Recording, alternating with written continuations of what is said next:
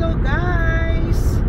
Ang ganda ng tanawin dito sa camera, oh. Pati of course sa labas, ang ganda ng tanawin sa labas.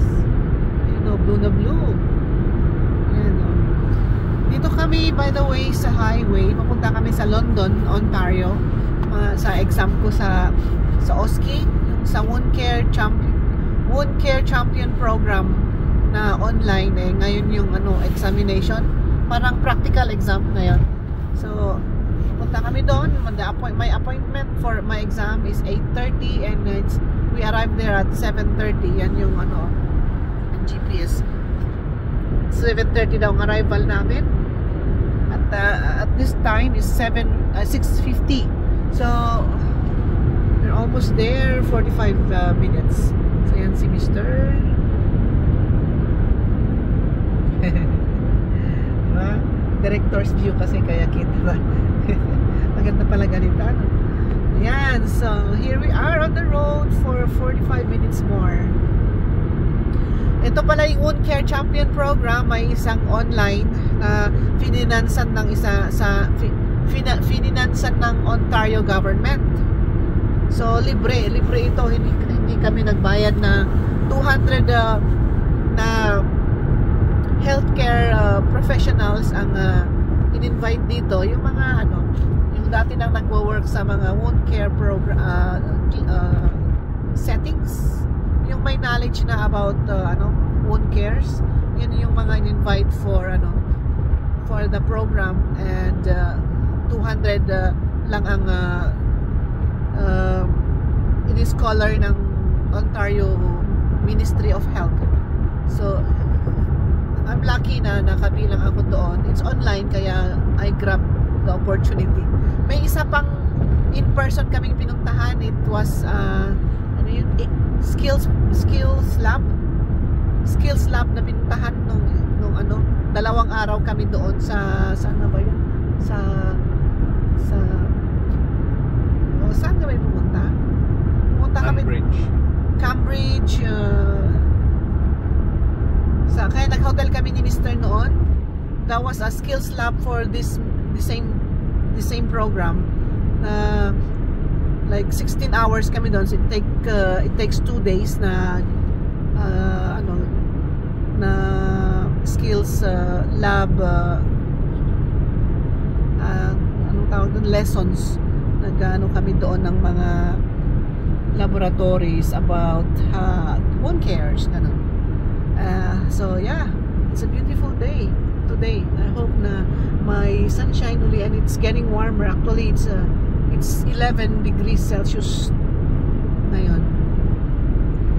So trees still brown pa ang kulay, but at this moment spring namin ngayon, kaya it should turn green soon. So yes, beautiful scenery. Yeah, ang ganda. Ganda talaga ang view. Ayan po si Mr. Laging sinasamahan ako sa pagpunta sa anywhere. Di ba Papa? So yan guys. Ganito kasi na edad, kailangan dalawa para naantok yung isa, may pang pagising or mag-switch, gano'n. Right. Kailangan dala-dalawa daw pagka ganitong edad. Pag long trip, ayaw man natin na gusto na nangyayari na. Yeah, we all go into that age ba na we need one another. Like we need somebody in our life, especially of course our being a husband and wife. We should stay together. It's parang companionship na, as a best friend. Di ba? Nakatutok yung sa akin. Ilayo ko na. Yes guys, we are 6:54 na, and we will be there on the site at 7:33. Lapit na pala. 30 minutes na lang. Kanina pa kami dito sa highway, kaso lang hindi ko video kasi ano, madilim, hindi ma-appreciate ang view, kaya ngayon lang na medyo naging ano na, brighter na. Then it's nice to take a video kasi ang ganda ng ano,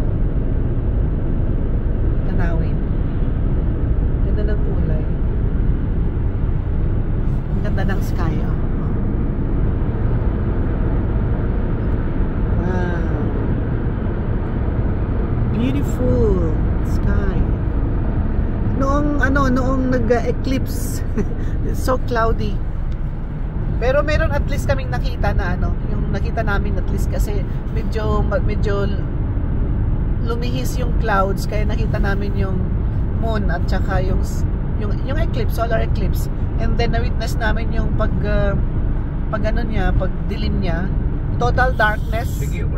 Kaya umilaw yung building na pinagtatrabahoan namin at saka yung street light at that time na total eclipse. And then lumiwanag uli after. Na video ko yun. Watch my video and yeah, that's my original video. Yun lang ang nakayanan ko kasi wala talaga, it's so cloudy. Pero mas maganda rin na cloudy siya kasi kung siguro mas maano yung araw ay masyadong bright, kaya hindi mo ma-videohan by the use of regular cellphone. Kaya it's okay. That's good na a little bit cloudy. Gumagalaw yung aking kamay sa pag-video. And guys, I think I'll have to end up my video here again, and I will see you next time. Kasi nangangalay na yung kamay ko. Additional daw si Mr. Additional technique sa pagdadrive. Pag naka-GPS kayo, pag malayo yung sinusundan nyo, tignan nyo once in a while yung GPS at i-memorize nyo kung ilang kilometer. Yun, para at least alam nyo kung mag-i-exit kayo.